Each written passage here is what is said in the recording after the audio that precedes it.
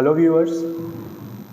आज हम इस वीडियो में फिर से मिल रहे हैं to discuss a very important topic for CA students कि आप अपने सीए इंटर लॉ के एग्ज़ाम में कैसे एग्जामिशन स्कोर कर सकते हैं। और मैंने एग्जामिशन कैसे स्कोर की थी। I have scored 67 marks in law and exemption in accounts as well as in advance accounts. तो आज हम लॉ के सब्जेक्ट के बारे में डिस्कशन करने के लिए मिल रहे हैं कि हम लॉ में कैसे प्रिपरेशन हमारी होनी चाहिए, what should be the preparation strategy and what are the presentation skills that examiner looks for in our examination paper. So first of all, first thing first, हम प्रिपरेशन कैसे अपनी स्टार्ट करें। या दो चीज़ें हो सकती हैं, या तो हम सेल्फ स्टडी कर रहे होंगे या तो हम कोचिंग्स ले रहे होंगे। तो हम कुछ ऐसे जनरल पॉइंट्स पहले समझते हैं जो दोनों के लिए एप्लीकेबल होंगी। तो अगर हम अपने लॉ को भी स्टार्ट कर रहे हैं, सीए इंटर के लॉ को, तो सबसे पहली चीज़ जो हमें करनी चाहिए वो ये है कि हमारे पास आईसीएआई का स्टडी मैट होगा।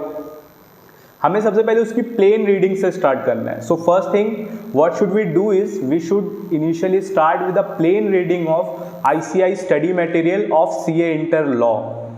उस प्लेन रीडिंग से नो मैटर हमें कुछ इनिशियली समझ में आता है या नहीं आता है, उससे होगा क्या, हमारी एक अंडरस्टैंडिंग डेवलप होगी सब्जेक्ट को लेकर।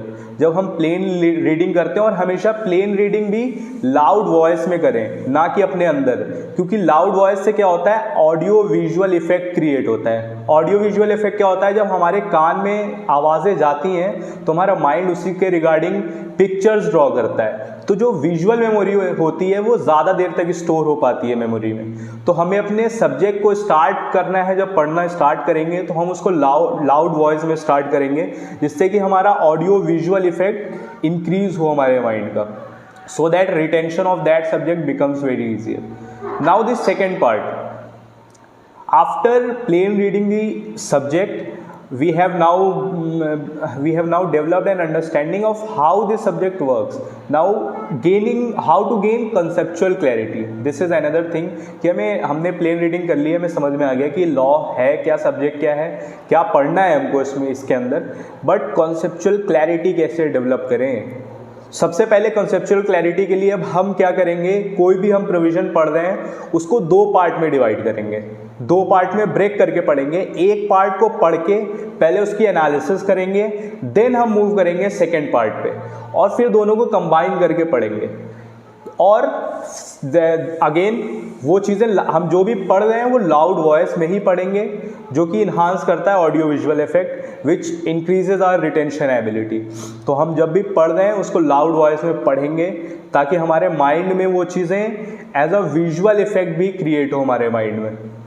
तो हमने कॉन्सेप्चुअल क्लैरिटी के लिए एक तो ब्रेक करके पढ़ना है प्रोविजन को। नेक्स्ट थिंग, 3 नोट्स बनाएंगे, हम 3 नोटबुक्स बनाएंगे। पहली नोटबुक जिसके अंदर हम बेसिकली ये लिखेंगे कि इस प्रोविजन के कंसेप्ट हैं क्या, what are the concepts that we have read just in this provision. Second, in second concept book we will note down the keywords, जो keywords हमें एग्जामिनेशन में लिखने हैं, जो कि जिसपे एग्जामिनेशन में मार्किंग होनी है, जिसमें एग्जामिनर जो जिन वर्ड्स को खोजता है वो कीवर्ड्स को हमें एक अलग नोटबुक में नोट डाउन करना है। आखिरी जो नोटबुक होगी उसमें हम बेसिकली सेक्शंस के फ्लो को लिखेंगे कि इस प्रोविजन के सेक्शन, सब सेक्शन का फ्लो क्या था। इस तरीके से हम सेक्शन को भी रिटेन कर पाएंगे, उनके कीवर्ड्स को भी रिटेन कर पाएंगे, और सबसे इंपॉर्टेंट इस प्रोविजन को भी रिटेन कर पाएंगे। प्रोविजन को पढ़ने का तरीका मैंने बता दिया कि आप ब्रेक करके प्रोविजन को पढ़िए और अपने माइंड में उसको ग्रास्प करिए ऑडियो विजुअल इफेक्ट के थ्रू, तेज आवाज में। और जब आपने एक बार उसको रीडिंग करके समझ लिया, उसके बाद आंख बंद करके आप अपने वर्ड्स में उसको बोलने की कोशिश करिए कि what were the provisions that I have just red in this law, in this section. So this is the basic pattern, how should you start your preparation. अब अपने प्रिपरेशन के लिए अपनी बेसिक पहले प्लेन रीडिंग कर ली, अब conceptual clarity हो गई। Now comes the important part, practising. Conceptual clarity gain करना ही आपके एग्जामिनेशन में आपको हेल्प नहीं करेगा सिर्फ, आपको रिटन प्रैक्टिस भी करनी है उस चीज़ की। उस रिटन प्रैक्टिस के लिए आपके पास क्या क्या सोर्सेज अवेलेबल है? सबसे पहला सोर्स जो अवेलेबल है वो है RTP रिवीजन टेस्ट पेपर, जो कि ICAI के तरफ से आप उनके वेबसाइट पे आपको अवेलेबल मिलेगा। मैं जनरली सजेस्ट करता हूँ 5 years 5 अटेम्प्ट्स के RTPs अगर आप सॉल्व कर लें, MTPs सॉल्व कर लें and previous year question paper अगर आप 5 अटेम्प्ट के सॉल्व कर लेते हैं, that is more than enough to help you in scoring an examination in CA inter law. तो आपको रिटन प्रैक्टिस करनी है। जो अभी आपने पढ़ा है उससे रिलेटेड सारे क्वेश्चंस जो भी ICAI के RTP में है, MTP में है, उनके स्टडी मैट में इलस्ट्रेशन गिवन है एंड 5 अटेम्प्ट के जो पिछले क्वेश्चन पेपर है प्रीवियस ईयर, वो आपको सॉल्व करना है बाई हैंड। ऑडिट नहीं करना है आपको लॉ का कि ये भी आ गया, नहीं, आपको उसको रिटन प्रैक्टिस करना है, मैच करना है कि up to what extent I am matching the expectation of ICAI, क्योंकि ultimately for whom are we writing the answer, ICAI is going to check. सो हमें मैच करना होगा ICAI के एक्सपेक्टेशन को। वो मैच कैसे करेंगे हम? जब तक हम उसको लिखेंगे नहीं और फिर उसको हम देखेंगे कि हम कीवर्ड्स कितना लिख पा रहे हैं, प्रोविजंस को लिखने में हमसे गलतियां कहाँ पे हो रही हैं, सेक्शन नंबर हम भूल रहे हैं तो उनको उस सेक्शन नंबर के लिए हमने नोट्स बनाया हुआ है, जो कि 3rd नोट था हमारा, जैसे मैंने आपको पहले बताया। तो ये आपकी प्रिपरेशन स्ट्रेटेजी होने वाली है। Now comes the day of examination, day of judgement. इस दिन आपको डिलीवर करना है जो भी आपने पढ़ा हुआ है। तो ये दिन भी बहुत इंपॉर्टेंट है, स्ट्रैटेजिकली हमें मैनेज करना होगा इस डे को भी।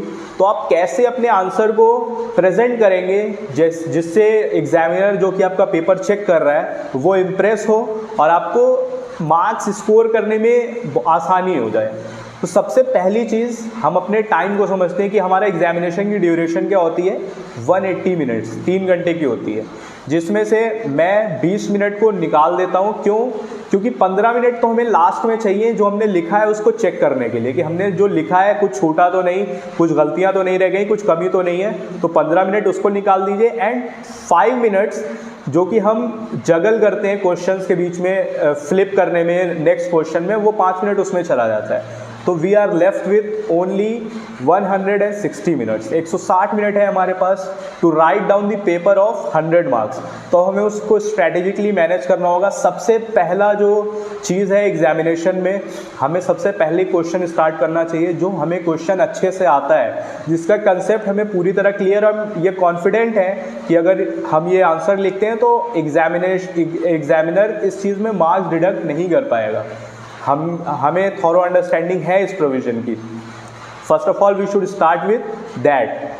सेकेंड, हमेशा अपने आंसर को पहले देखना है कि हमें क्वेश्चन किस तरह का पूछा जा रहा है। आपको 2 तरीके के क्वेश्चन एग्जामिनेशन में मिलेंगे। एक तो डायरेक्ट क्वेश्चन होगा, स्ट्रेट फॉरवर्ड क्वेश्चन, जैसे कि फॉर एग्जांपल आपसे पूछ लिया गया state the manner of rotation of auditor.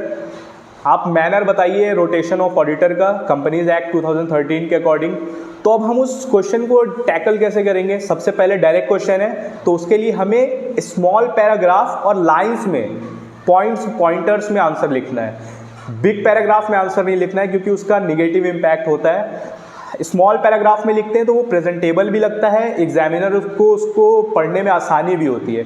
तो हमें एग्जामिनर के लिए आसान करना है कि वो कितने आसानी से हमारे पेपर को समझ पाता है, तो वो मार्किंग भी फिर इजी हो जाएगी हमारे लिए।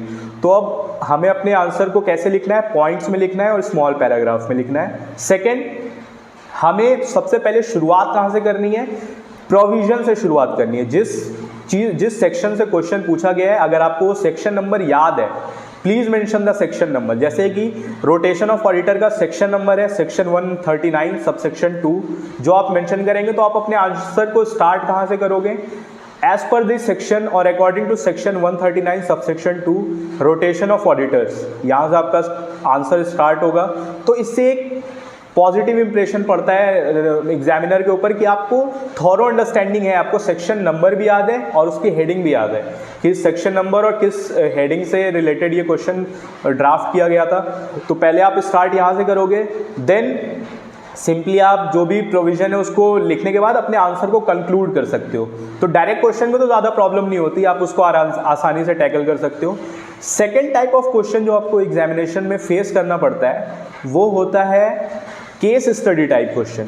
अब अगर किसी सेक्शन से रिलेटेड केस स्टडी आ गई एग्जामिनेशन में, बहुत से बच्चे उस केस स्टडी में मार्क्स स्कोर नहीं कर पाते, जिसकी एक बहुत ही बेसिक वजह है क्योंकि उनको पता नहीं अपने आंसर्स को प्रेजेंट कैसे करना है।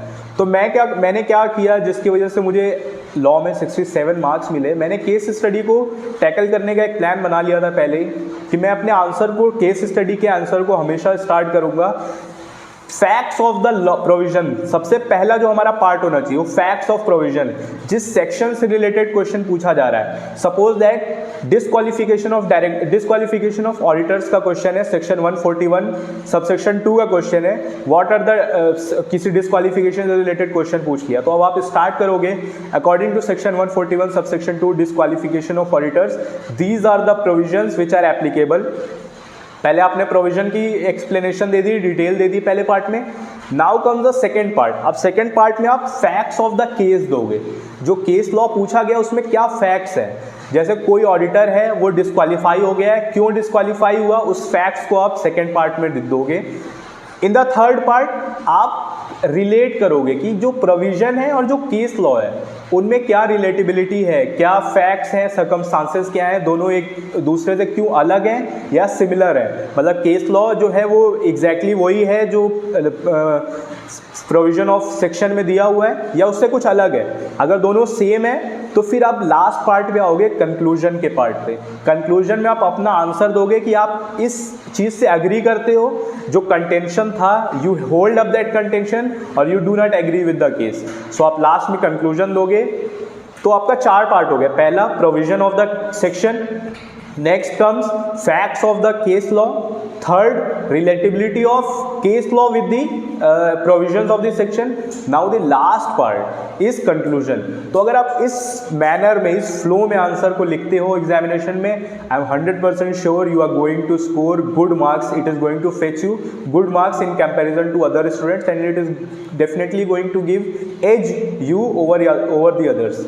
सो ये हमारी कुछ बेसिक एंड कोर्स गाइडलाइंस थी जो कि ICAI खुद बताता है and we students fail to follow it. That's why we end up scoring less marks and we fail in subjects like law and audit. So ये एक बेसिक तरीका था अब अपनी प्रेजेंटेशन और प्रिपरेशन को कैसे करें फॉर द लॉ सब्जेक्ट.